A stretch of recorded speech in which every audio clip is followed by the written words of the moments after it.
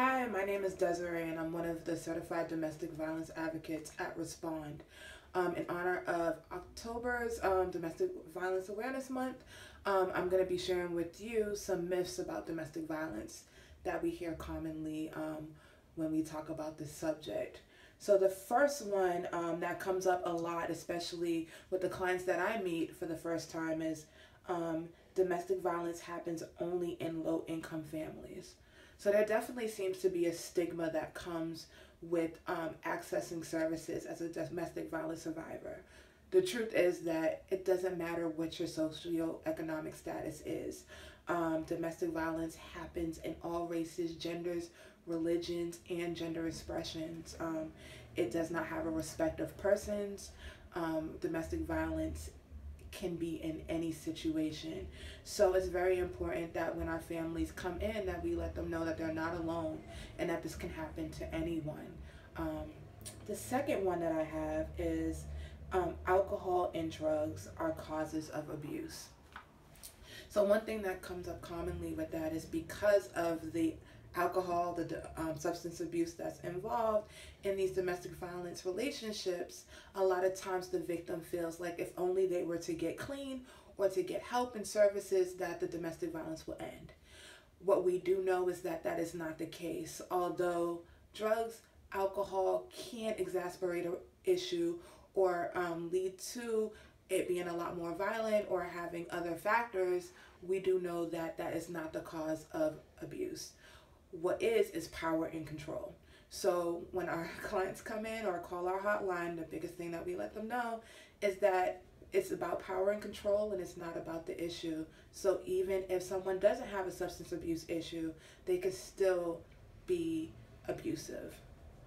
The third one is physical violence is the only sign of being in a DV relationship. So a lot of times people feel that they cannot access services or call the police or report things because if they don't have any kind of visible marks, scars, or had any issues of being hit, that they're not in a domestic violence relationship. In fact, that they're just having an argument or a disagreement. But the issue is that between the abuser and the victim, there is fear. Someone has power and control over the other. And as we know, through power and control, a lot of the ways that they keep that same power and control is through isolation, manipulation, minimizing and blaming, and all these other factors that are included. So there's emotional abuse, there's financial abuse, holding all the finances, making the key decisions, and those are many factors that doesn't have anything to do with being physical. Normally what happens in physical abuse is that it's usually the last resort. Usually it's what ends up escalating from all of the other said things with power and control. So once someone feels like that the tactics, the manipulation, the isolation, the minimizing and blaming, and all those other factors don't work, usually then it escalates, and that's where the physical comes from.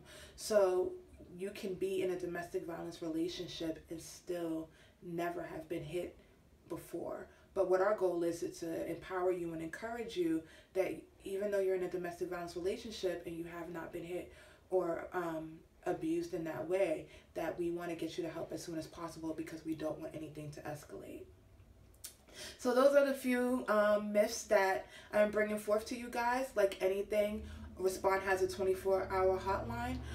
If you need any of our services, if you know someone or if you yourself is a victim of domestic violence, I would hope that you would call our hotline and get more information, even if you heard some myths as well too that I did not disclose through this video that you might have questions for. Our phone number is 617-623-5900, and again, that's a 24-hour hotline, 7 days a week.